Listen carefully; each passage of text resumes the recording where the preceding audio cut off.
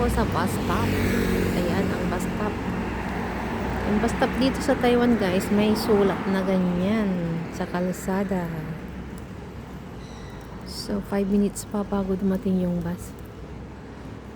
Maaga ako ngayon kasi kukunin ko yung result ng blood test. Kailangan natin magpa-blood test lagi. I-check natin yung mga cholesterol, sodium, at saka yung mga sugar sa dugo natin. Para makaiwas-iwas tayo sa mga bawal. Ilang minutes pa ba? 4 minutes. Ayan o, nakalagay dyan sa taas. Ito yung bus stop ko. May mga number yung mga bus dito kung saan yung dulo to dulo nila at yung mga dadaanan nila. Ito dalawa yung 202 pero yung isa sa MRT Sanyatsen yung last stop niya. Tapos ito naman sa Shantou Temple. Itong 202 na to na isa. Dalawa yung 202 na number. Pero magkaiba sila ng last destination. Bawat number pala dito, bawat bus is dadaan at dadaan siya ng mga MRT station.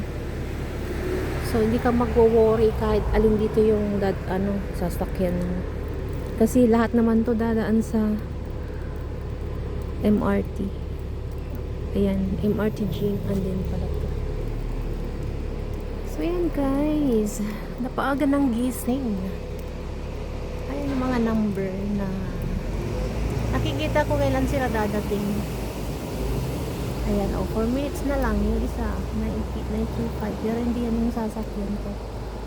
Yung number 1 ang sakyan ko, 3 minutes. Kasi dadaan niya ng Jing'an Station.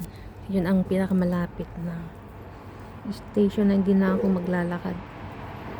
Katapat lang niya yung station. Ayan, ang aga-aga natin. Nakailaw pa yung mga ilaw early in the morning. Kailangan natin magmadali. Kasi yung appointment ko is before 9 o'clock. Ibabiyahe pa ako hanggang Taiping Station. Ano yan? 40 minutes. Tapos another 40 minutes. Kaya dapat andun na ako ng past 8 or 8:30. Sa pupuntahan kong clinic. So yan, pag ganito sa umaga, bihira pa yung mga dadaan na mga bus. Kasi yung mga bus, hindi sila 24 hours, bali hanggang 12 midnight lang sila. Stop na sila ng 12 midnight. So mostly yung mga last trip is 15 minutes bago sila makarating ng 12 o'clock sa bawat area ng Taiwan. So ang masasakyan nyo lang dito kapag 12 midnight is taxi lang siya.